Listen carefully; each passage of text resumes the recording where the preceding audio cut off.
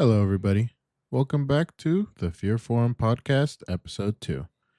Today we will be reading the story February 1905 by E.W. Entrycan off the r/nosleep Reddit forum. Really quick, Javier and I want to just say a quick thank you to everybody that listened to the podcast, our first episode. We're really grateful and we hope that you enjoyed it. If you have any kind of feedback, please let us know. And if you have any stories you guys might want us to read next, please let us know as well. Thank you so much. We really do appreciate it. We're still really new to this, but we'll get better with time. So we hope you stick around. Thank you, and we hope you enjoy the story.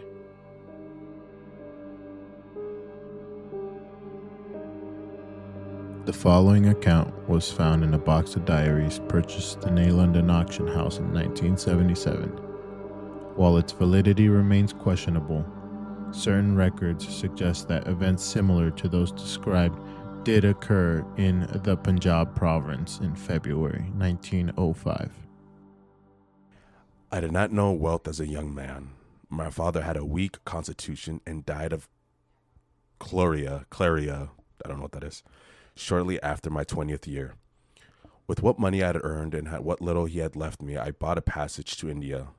I had been told that a man could make his fortune there, and I was a fool then for I believed it. For a few years, I wandered through the north, working any job I could, and like this, I was narrowly scraped by. Finally, in 1881, I found myself a position on a steamboat, which ran supplies and guns to the outposts of the northwest frontier. It was only one job to begin with, but the captain offered to keep me on, and I was willing, for the pay was good. 2 jobs turned to 3, 3 to 4, and so on. What had begun as a temporary occupation turned into my profession, and for more than 2 decades I worked up the Indus River. Throughout those years, I saw many strange sights and met a great number of peculiar people, and I reckon I could tell 1,000 tales from those days. However, none rattled me so much as the incident at Palakani. I can only describe the entire episode and its circumstances as bizarre, and while it troubles me to admit it, nothing more than that singular event facilitated my retirement from the river service. It was in February of 1905, and we had started as a routine supply trip. By then, I was a second officer aboard the steamboat Ursula, crewed by 10 and commanded by Captain Mueller, an aging Austrian widely known to be Martinet. We left the Hyderabad at the beginning of the year and traveled 500 miles upriver to arrive in Nandla a month later. The way there was easy enough. We were not beset by the problems, and everyone aboard was cheerful as could be. After arriving in Nandala, our ship was joined by a singular passenger, a young lieutenant who had become bored with frontier life and was headed back to England after resigning his commission. After a day, the haulers had unloaded the supplies at the outpost, and soon we were ready for the return journey. We were away quickly, and all seemed well. The dry season never caused much bother on the river, and we were glad of the rest. Normally, we would have stopped a few days for standard repairs. However, Mueller's efficiency was unmatched, and he insisted that we get back to the Hyderabad for the next assignment as soon as possible. The overworked engine seized after 2 weeks headed downriver, and we were forced to stop for onboard repairs. So it was that on an afternoon in late February, we docked at a small village nested in the Oxbow. The youngest of our crew, a militant lad who had some knowledge of the area, told us it was called Palakani. The landscape of the region was desolate and barren, but within 3 miles on either side of the river, swathes of dense brush and forest crept out into the water course. Palakani stood as a little dusty outcrop among an untouched sea of green. While Mueller ordered the engineer to assess the damage, I was sent for fresh water and food from the village, and to have telegrams sent to the shipping office in Hyderabad alerting them of our delayed arrival. I took Daniel Thomas, the stoker, and Atma, the molten boy, for I did not know the language. We were also joined by the young lieutenant, who was eager to stretch his legs after his long period of stagnation. However, as soon as we had drawn up along the banks, something struck me as odd. So many of the other sleepy villagers along the Mandarin Indus had grown used to the river traffic and therefore gave little attention to visitors. The only one to ever take notice were the children, who lazily watched us from the banks and sometimes waved and laughed or threw rocks as far as they could. However, Palakani greeted us in numbers. All of us flocked to the sides to see dozens of villagers, arms raised, shouting for us to come down. Some of the men thought that this was some practice of hospitality and were eager to disembark. Mueller, however, was disapproved of congregating with the natives, ordered all to stay aboard. Only we four descended, and as we did so, the locals seemed to be gathering about the young lieutenant. Being of seniority, I had Atma translate the questions of the loudest villager representative, a slender old man. Where have you come from? How many are you? He began. We are from Nandla, heading to Hyderabad. We're here to purchase food and water. Are there soldiers with you? No. We're not a military vessel. Can we buy supplies here? You help us and we give you water. Help you with what? There's danger in the forest. Bandits were nothing new in the north. Afghan warlords have always seen it as their right to range across the frontier.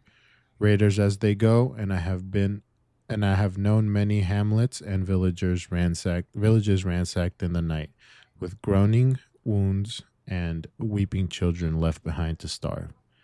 I turned to Thomas, who had been in the river service nearly as long as myself. Danny, how many arms do we carry? We have the 5 rifles, but as you know, Jack, they're rusted something awful. He replied. That they are, Danny. Still, might do to try and scare off the blighters. Depends on how many of them are there.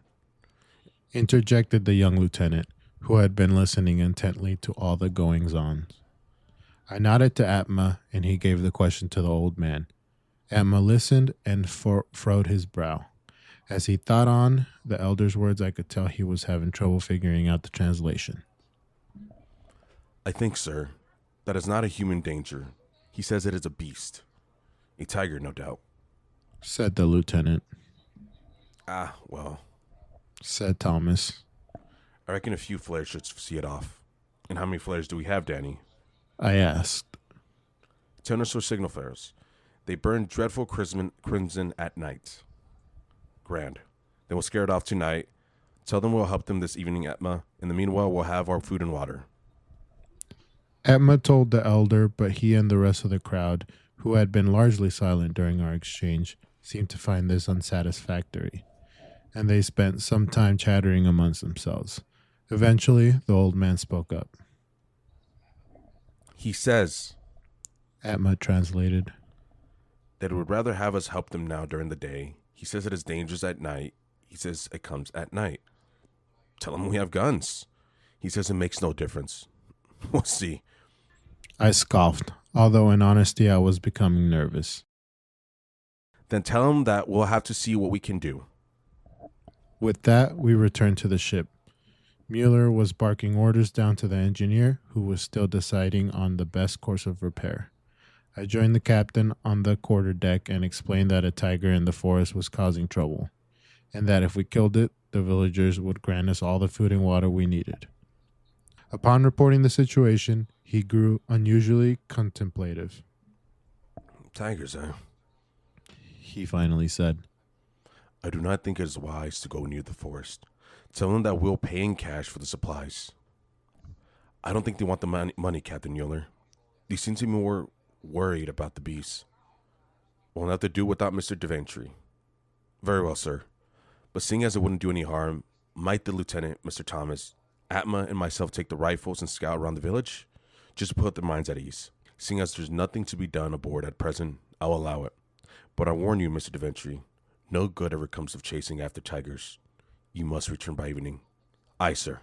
I descended and yelled for Atma to fetch the rifles from below. I joined Thomas and the lieutenant on the bow. So what's the plan, Jack? Asked Thomas. We'll look around a bit.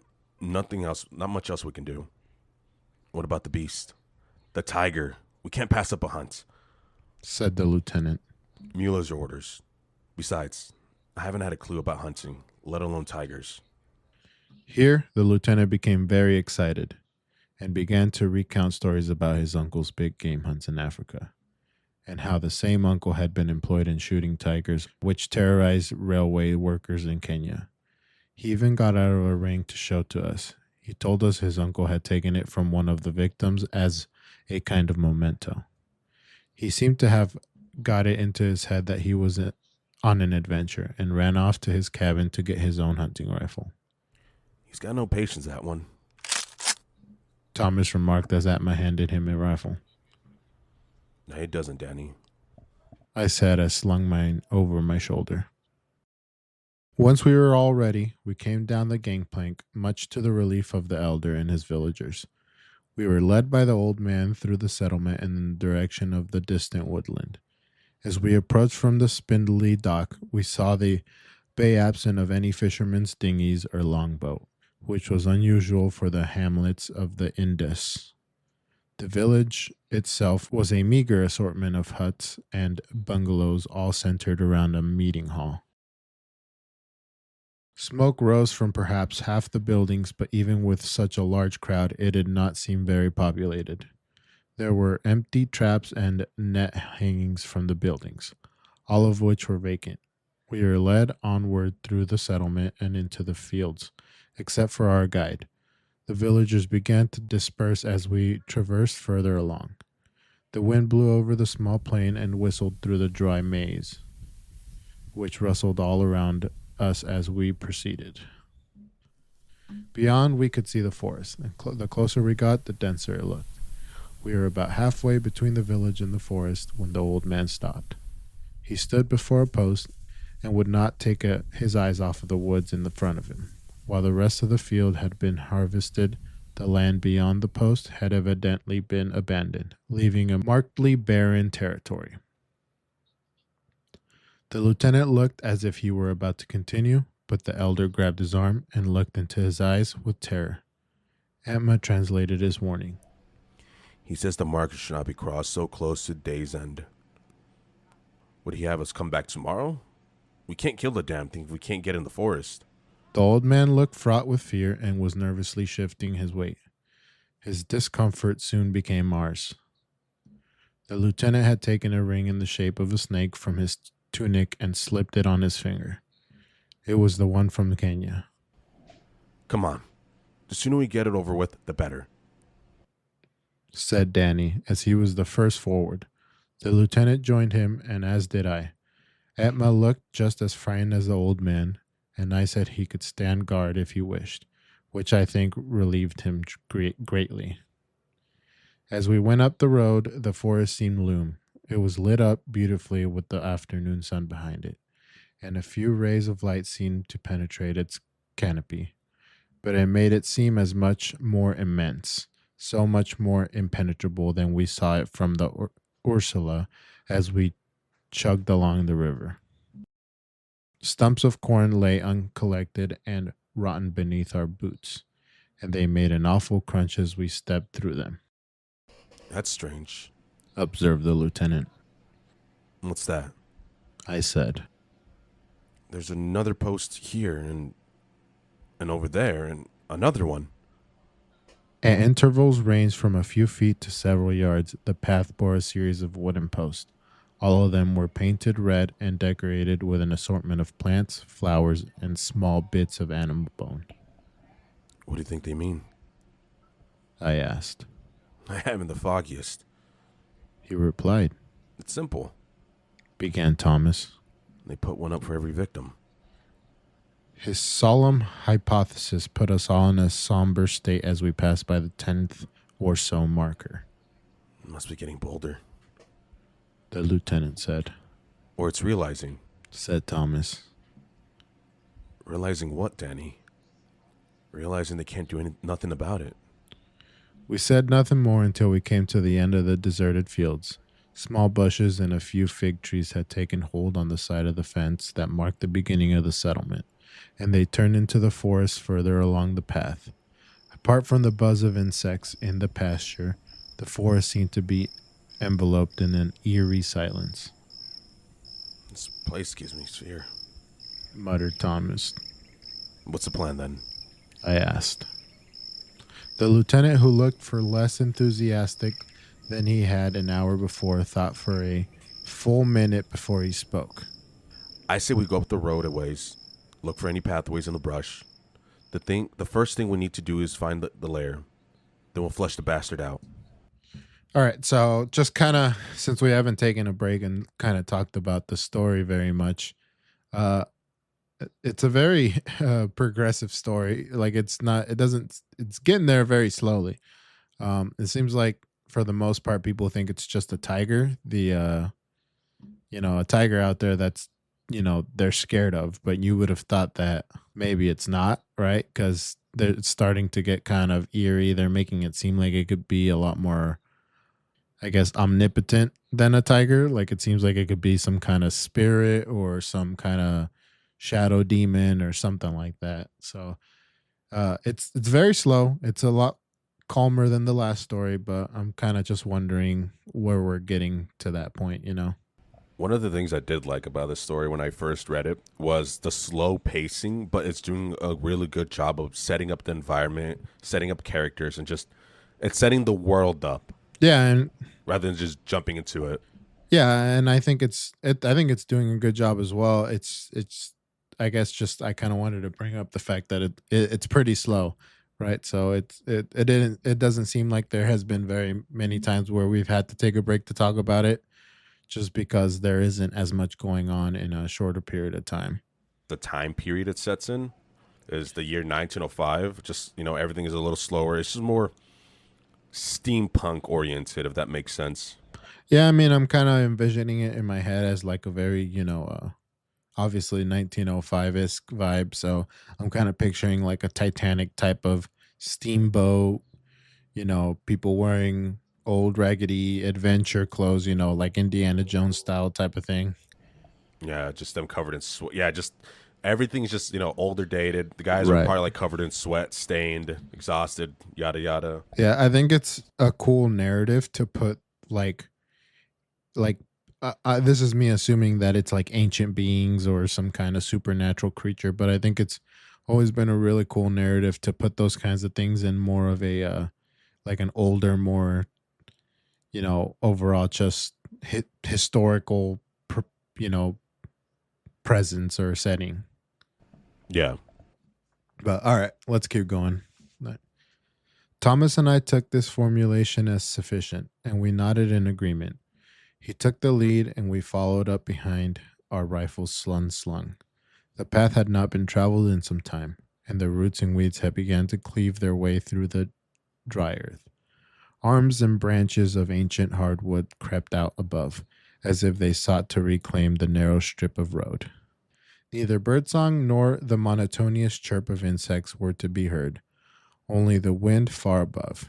It had been a hot day, and the ground was caked in dust, but there it was like entering a cellar.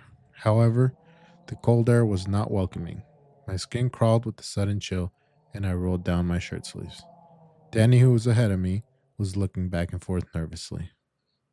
It's kind of like just chopping real quick again. I don't know if you ever heard this saying. Just stories that normally take place in jungles or woods. The how kind of stories throw in that there's something nearby is the environment is quiet. You don't hear bugs. You don't hear that. You don't hear the ambience of the environment you're in. Like it's just completely silence, Oh, which right. normally Yeah. signifies there's a predator nearby. Yeah. Yeah. It gives off that, that vibe that it's bigger than what it really is, but yeah, I mean, that's true. I mean, it's a jungle. You would expect it, or a forest. You would expect it to be, you know, filled with noise of the wilderness. Yeah, it's not right. Danny said. Quiet, man. If the bugger hears us, we'll never find him. Hoarsely whispered the lieutenant. What couldn't hear us here? We must be the only living things in this godforsaken place. Said Thomas. That's why he's preying on the villagers. My uncle told me about this sort of thing. It was the same thing in Kenya with the railway workers. When the lion runs out of beasts to hunt, he comes for man. He dramatically bore his hand into a fist to show the snake ring on his little finger. How many villages would you say there were, Jack? Asked Thomas. I don't know, 50? Maybe more. I postulated. And how many huts do you count? God, I don't bloody know. I wasn't counting them as sheep, Dan. Well, I did.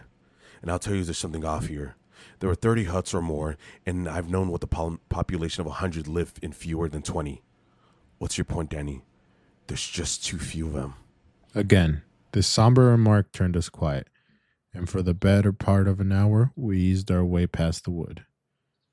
Not once did we see any disturbance in the foliage, and no pathways that the tiger could have used appeared. In fact, the further we went, the worse it got. The silence seemed to pierce our ears. The kind of pinching hum emanated from all around. I think we all hoped that the wood would run out and we would be greeted by familiar bleak plains of Punjab. But no such luck. Through the canopy, the sky seemed darker, and it was clear that the night would be on us soon. I say we turn back. I said, and the others gravely nodded. We trekked back quite carelessly, and even if we had maintained a cautious retreat, there was no chance that the beast hadn't really realized our presence. I hoped that it was satisfied in our bold advance and that it would not return to the village. However, I quickly dismissed this wishful thinking.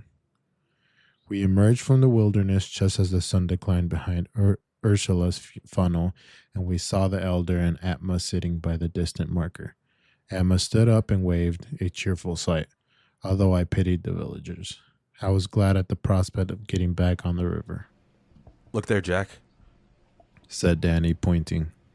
For the first time, I saw that the small river boats had been piled between the outermost huts so as to create a kind of barricade. Poor blighters.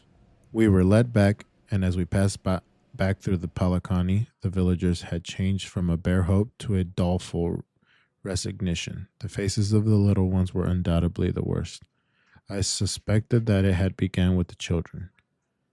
I asked Atma to tell the old man that we had found nothing and that perhaps the beast was scared off by our presence alone. His response was silence.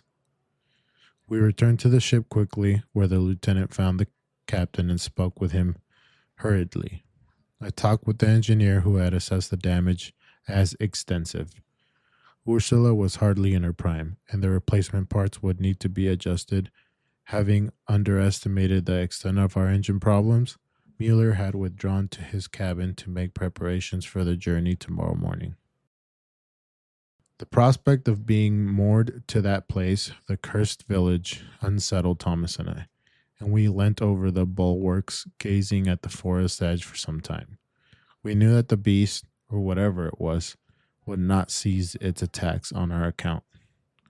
So, so I guess now they're kind of getting an idea that it wasn't a tiger. I mean, I'm kind of just curious as to like, because from what we read, it doesn't really seem like they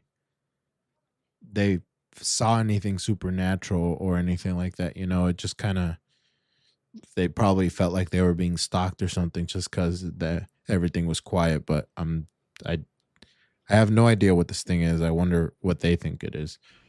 Because the way when they were talking about the story, the way I interpreted it when I first read the story was when they were in the forest and they saw more of those posts. To me, it's the village losing territory. Whatever is stalking the jungle is taking more and more of the land to the point where it's just cornering them like a prey, if that makes sense. So they have nowhere else to go. Yeah, I mean, obviously that makes sense. I guess I just don't know where this is gonna go. I think it's interesting for sure. I'm wondering what part of this story is, you know, where it's gonna go. That's all I'm wondering. Where the climax is at, which is where you're questioning. Exactly. No, I got you. I have an idea, said the excited lieutenant, who had decided to interrupt our vigil. Good evening, I said. We'll light the place up, Get a perimeter torches. That way we'll be able to see it coming and kill it at a distance. We're not sharpshooters, Lieutenant. I said. Well, perhaps not, but I'm a decent shot from a few hundred yards. I think I could ease down close by the tall leaves, close enough to wound the beast at least. Seems like a fool's errand. Said Thomas. What does the captain think? I've spoken with Mueller. He seemed unconvinced, but allowed us the material. I looked at Danny as he said nothing. He was right. It was a fool's errand. But I agreed that it was better than doing nothing. The lieutenant recruited Atma to find yard posts, rags, and some of the paraffin oil. We helped him carry it all down to the village and into the outer fields. The villagers and their elders watched us from the barricades, tentatively whispered to one another. The four of us spent the better part of an hour hammering in posts a few feet apart, hundreds or so yards around the barricades of the boats as we worked against the setting sun. The darkening day cast long shadows as we plunged the last post into the dry earth. As the sky sank from pale red to dim purple, we wet the rags in paraffin and set the post alight. We laid damp blankets below so as to stop the fields from catching fire. Then all of us retreated to the village, save the lieutenant. He scouted out a shallow mound behind which he took up his position, rifle in hand, barely 100 yards from the torches. Thus began our lone night. We had waited and watched no more than an hour when Thomas spoke up in his usual dismal mood. What are you gonna do if he gets himself killed? Beats me, Danny. But I don't think he's that much of a fool. I reckon we need our rifles before the night's out. He said dolefully. Very well. You go with Atma and get the three best ones. 2,000 rounds for each man, just to be sure. He nodded and off they went, leaving me in the company of two villagers who hadn't withdrawn into their huts. The lieutenant was crouching perfectly still, his rifle tilted back behind the mound, his head peeking out into the darkness. He had taken off his pith helmet and lain it by his side, where a few cartridges had been conveniently placed. Hold on, before you continue, I kind of want to see what a pith helmet looks like. I'm going to look that up real quick. Pith helmet. Oh, yeah, it's like one of those safari hats, like they're really pointy. Yeah, I mean that's kind of what I pictured was, like I said, like their Indiana Jones style. It was it did a good job in like kind of explaining like the setting. Yeah. I'd say. No, yeah, I'm looking at it's like your typical safari hunter type style from Yeah. Go ahead. The torches flickered in the wind coming from upriver, and it seemed to grow exponentially darker as the deep blue sky turned to starless black. Then I began to hear it. It started as hardly noticeable, perhaps the result of yawning a few times in a row, but I knew it wasn't that. It was that hum, that piercing hum that sent a spike into the head and caused a wave of blinking. The dreadful noise, if I can rightfully call it a noise, made me dip my head down and cover my ears. But even then, it just kept on, like needles had been driven into my ears. I looked up to see the young lieutenant, absolutely still. Worse than that, I could sense movement behind.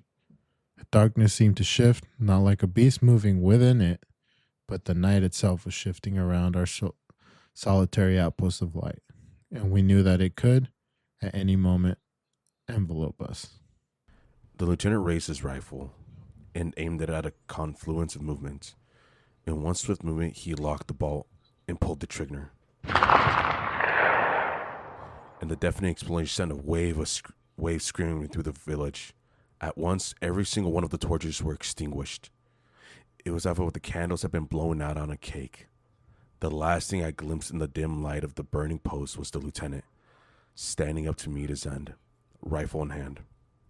I froze. The calamity of the situation dawned me as I turned my back to the ship. Instantly, I could make out the silhouettes of men by the gangplank. Danny's voice cried out for me, and I ran towards the sound. Behind me, I could sense it moving. The whole darkness had surrounded the village. I could have tripped at any moment, for I could have been running blind had it not been for restless gas lamps. I dared not look behind me, for the electric hum snapped at the hairs of my neck. Just as I was sure that it caught me, Someone let off a signal flare, and the whole plane was illuminated in the horrible crimson light. I was not as far from the ship as I had anticipated, and it wasn't long before I reached the dock. At the gangplank, I was greeted by Danny, Atma, the engineer, and Captain Mueller, all armed to the teeth. As I approached him, I looked back. The village and its views were desolate and devoid of any trace of the young marksman. The only thing I spotted by the lieutenant's perch was his helmet, in the same place he had left it. "What the devil were you thinking?" cried the captain. Mueller's face burned red with the unrelenting rage, but behind his fury, I could sense that he had the same biting fear in his heart as the rest of us. I couldn't think. The hum had reached its full intensity, and I thought my skull would explode if it didn't subside. He told us. He told you. The lieutenant said he's spoken to you, sir. He said he told us his plan. He told you his plan. Danny interrupted. He did no such thing, Mr. Thomas. Now come on. We have any decent chance of finding him. We start within the hour. Mueller scornful peered at me. You look ill, Mr. Deventry. You had best get back to the quarters, Atma. Take him back to the ship. Aye, sir, said the lad, and grasping my arm was staggered back aboard. I did not exactly sleep through the night, for I heard so much shouting and commotion that it would have been impossible regardless. That throbbing noise would not leave despite the feeble attempts to quell my agitation. But eventually, as the rest of them returned towards the dawn, I began to drift into the dreamless and painful slumber. When I woke up, we had already left the village far behind. The last memory I had of it is bathed in the red light of the flares and the villagers confusedly trying to get passage on the ship. Thomas told me they had scored the fields well into the night and only stopped when they ran out of signal flares. They found neither hide nor hair of the young lieutenant. Emma took the helmet back, although I don't quite know why. Mueller had ordered us away as soon as the repairs were finished and as the ship sputtered to life and pulling away down the river. Emma and Thomas looked at the tired and haggard faces of the villagers as they peered as their last hope disappeared behind the oxbow. Neither Danny nor Emma could not count the elder's face amongst them. 2 weeks later, we reached Hyderabad. Mueller reported the incident at the magistrate's office. It was only when we wired the news of the lieutenant's disappearance to the Nandala outpost that we realized none of us remembered his name, although he had certainly told it to us. That was my last job on Indus. I haven't seen the place since, nor should I care to. However, I'm afraid that wasn't the last I heard of Palakani. Dan Thomas never stopped working the rivers, as he had known no other life, but migrated south after the incident. It was only 8 years later that we had a chance meeting in Kochi, where I had found work in the shipping office. Of course, we shared a few drinks, and a few turned to many, and we talked about the old days on the river, and old Captain Mueller, who had apparently died 2 years back, and how the rest of the lads were doing. Eventually, our conversation drifted towards the end of my career, and evidently to the subject of the Palakani incident. They had an investigation, you know. He said after a long silence. The provincial superintendent even got Atma to lead him and his men up the river, up the very same route, just to see where the poor rider had to go. And nothing. He took a long swig from his glass. Nothing. They went on one side of the oxbows and came out the other without any break in the trees. It was like... Danny paused and shifted in his seat, his eyebrows lowered. It was like there was never been a village here at all. There was another long silence before I spoke. Did you ever find out his name? Oh, someone told it to me, but I've forgotten it, Jack. I shouldn't like it to remember anyhow. He took another long gulp. Mueller told me after the tribunal rule, the death of an act of God. The death? It's a disappearance, wasn't it? He shook his head and looked me in the eye. It was a full year after, a full bloody year. A hand washed up in Nadla. It had that ring, Jack, on that little finger. Remember? The Kenyan ring? I remember, Danny. I could picture it now. The ring in the shape of a snake. Thomas filled his glass and downed it at once. One of his old chums had identified it. Christ above, Jack. It was as if it was sliced off that very day, clean as a knife through butter. He shook his head again. Do you ever wonder, Jack, about what was in the forest? There weren't nothing good in it. Nothing at all. I can't thinking of it. It's the same feeling you get on those dark nights, you know? Do you remember how dark it was? Couldn't see your own nose in front of you. It was a miracle it didn't get the lot of us. I think it could have, mind you. No, it was toying with us. It won out in the end. There was nothing we could do. Nothing at all. He stopped, deep in contemplation. Anyway, that's the last I heard of it. I solemnly nodded, and we finished our drinks. We talked a little more about the changing times, the river service, and the state of the Raj, but soon we parted ways. It wasn't long after our chance meeting that I left India. That was 12 years ago now, and I haven't seen Dan Thomas since.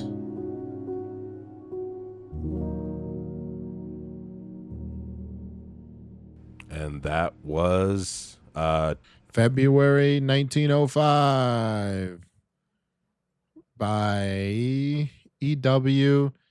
Entrycan. All right. I mean, uh, so the monster was darkness. Is that what it was? the way I read it. So the way I understood the story about when they were doing their little perimeter hunt, like getting ready to take it on, is that the way the creature, when they said like it moves with the darkness, I read it as it's in the dark. It is darkness, but it's not the darkness. If that makes sense, it's something that Yeah, I kind of mean, just blends with it. It's part of it. yeah, Something that comes out of it. I can understand that. I think there's a lot of. It started off really good because it was very slow, but then it kind of just went. Like there was like one small little climax, which was them shooting at the thing or like them setting up to fight it. And then with the noise, the dude passed out and all of a sudden they were off of the island. Like it um I mean the story was good overall. But I'll be honest with you, it didn't it was it was well written. It was just kind of like, oh, okay, that's it. it, it, You know? it's definitely a slow burn. Yeah. I guess the peak of the climax, I definitely understand where, oh, that's it. You kind of maybe expecting a full blown, like, oh, the crew from the guys came down, we started blasting thing, and said where the hunter, the lieutenant, stands up and he's gone. I understand that. I think that's what I liked so much about this story was that was it. The thing happened so quick, no one was ready for it. That's it. I mean, yeah, the, the thing did happen so quick, but it just seemed like after it happened, the dude got lazy and just decided that the character would sleep through the rest of it. Like, like it I don't, I mean, it was a good story. Like I said, I'm not hating on the story. I think the story was good overall, but there were so many gaps and voids that need to be filled to make this story a little bit more, Flushed out. ominous in general. Like it Yeah. like the like it's okay to have questions at the end of a story, but this one is more just like, you know, instead of having questions about, what kind of creature it was, it's more just like there isn't questions about the island, what happened to the island. They said that it just disappeared. So kind of like how you were saying, it did look like it absorbed the rest of the island or whatever, the village, I mean. Um, Because I but was gonna say the story mentioned that it's like if a village was never there, but it got enveloped into its territory. yeah, I don't know. I think it, it was just kind of like, oh, okay. Like No, I know what you mean. if there's a second part, I'd love to read it just kind of to get a little bit more backstory on it. But One of overall, it was a simple enough story. One of the things before we end it off is that with this story, what I like to think is based on the time period, that's as far as you can probably take it with a situation like that, because it's not modern science like how it is nowadays, where you have people with drones, thermals, a bunch of stuff. Where back then you didn't have electricity running around out in the open. A lot of things were just steam running. You have gas and lamp. That was it was the technology around the time that kind of maybe just halted the idea of maybe chasing down whatever it was. You know? Yeah, I mean, I guess with you saying that, it makes a lot of sense. To like, technically speaking, it is you're just reading it off of a diary, right? Mm-hmm. So it's meant to be that like, you know, I captured what I could, and sure enough, one of the characters or one of the people from that whole, story is the one that was recording it, but he passed out, so he couldn't finish. He doesn't know what happened after that. So I guess if you think about it that way, someone's just reading a book with what that person accounted, then it makes a little bit more. It makes it a little bit more acceptable to like kind of have more questions, but Yeah. at the end of the day, though, it's a story. It's meant to be kind of one of those like, oh, this was real. This actually happened, type of things. Yeah. So, No, I got you. but anyways, that was once again episode 2 of the Fear Form podcast. Hope you guys enjoyed. Once again, if you guys have any suggestions, let us know. I'm trying to knock them out as quick as possible, but I'm still figuring this out. But thanks again, guys, and hope you have a good one.